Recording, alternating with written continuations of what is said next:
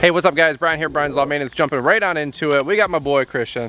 How's it going, Brian? What's up, man? Thanks for coming out here. I feel like you're like my little brother or something, man. I see you all the time. But today's video, we're gonna be talking about the Toro Dingo. So it's all you, take it away.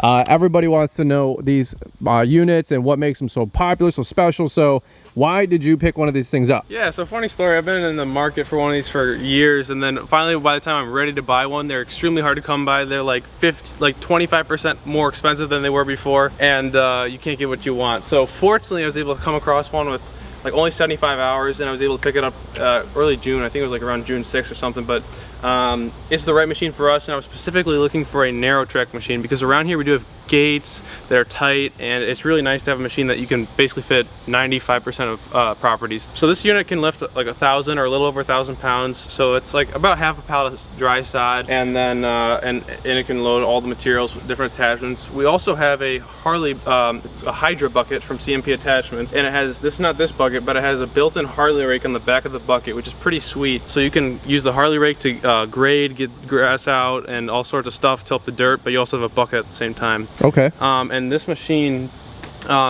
is really nice just to have on hand, because a lot of times we found ourselves in the past like needing it for like half an hour to an hour or half a day, and it wasn't worth like biting the bullet and renting it for, you know, 300, 350 bucks.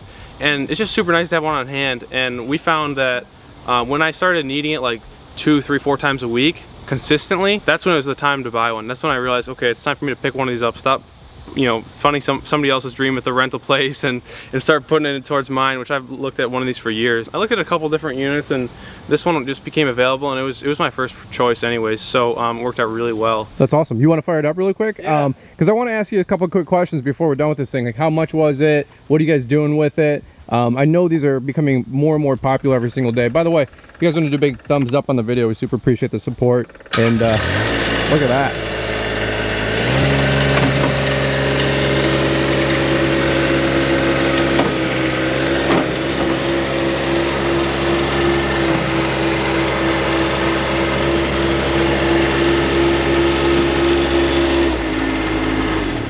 This one has, I think it's around 25 horsepower. It's a Kubota diesel, which I don't know too much about engines, but I know that Kubota diesel is really reliable.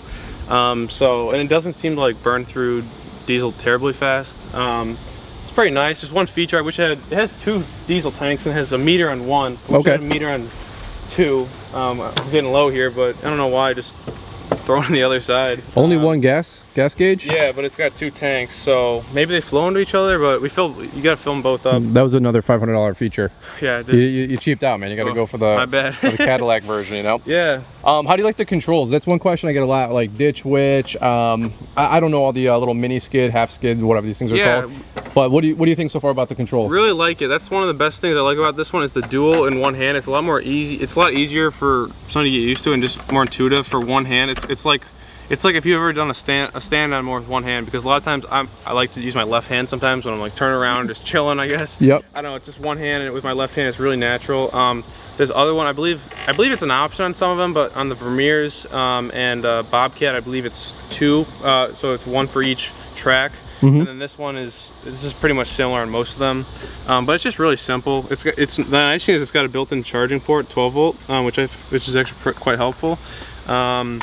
And it starts pretty easily. It's got a nice, easy parking brake here on the bottom, so I can't complain. It gets the job done for us. Best part is just how narrow it is. It's got quite a bit of power as well. So okay, let me ask you this. Talk about pricing for a minute, because you said you guys were renting and then you just decided to buy this. This wasn't given to you or anything like that. Now that being said, talk to me really quick for the difference between renting and buying. When should guys make that decision? When should they make that jump, that leap? Yeah, so you got to take into consideration this is something else you're having to insure, something else you're having to maintain, and something else that, you know, you have to trailer around as well. So you need a trailer to go with it too. For rental, I think with one of these in a bucket with, you know, like a small trailer, you're probably in about 350 bucks with diesel for a day. Okay. With like a 5x8 or 5x10 trailer that you can rent. If you're not, you're probably in 300. But you also have to consider you're spending at least 30 minutes there and back twice a day, and you're limited to 7 a.m. when they open, basically, right? So you're spending another 2 man-hours a day every time you need one, and then you don't got one in hand. So for us, it was a huge convenience, and when I realized that when I was starting to, you know, foot like over $1,000 a week on rentals. Basically, when I needed like 2, 3, 4 times a week consistently, which happened this spring, I was like, I need to find one of these machines. So the cost of renting is around that, and I think right now these are like 39.5, like 39,500, like MSRP, and nothing's going under MSRP these days. Right, right. There's a lot of units available out there that are the wide track is more widely available because it's not as, you know, the narrow track is more sought after. But one thing you do have to take in consideration if you're not working in really tight areas is that there's a lot more pressure on a smaller area with these, so it's easier to tear up and it's easier to leave ruts. But it's worth it for us to have that risk. Awesome, man. All right, bud. Well, anything else you want to leave these guys? But if not, we'll button it up. No, I would say just kind of trust your gut. When your instinct, you're ready. Don't make it based on like an emotional purchase, because I've been using these for like 3 or 4 years of renting it, and you'll know when it's right. You'll know. So don't make it like an emotional based purchase unless you get like a really good deal or something. But yeah, it's really nice once you do earn it and have one. It feels good to have one on hand. Awesome, man. All right, guys, we'll button this thing up. Make sure you guys give Christian a follow on YouTube and Instagram, and then we actually just did a 2022 kind of trailer setup video. We'll leave a little card here, and we'll check that out on the next one. All right, see you guys.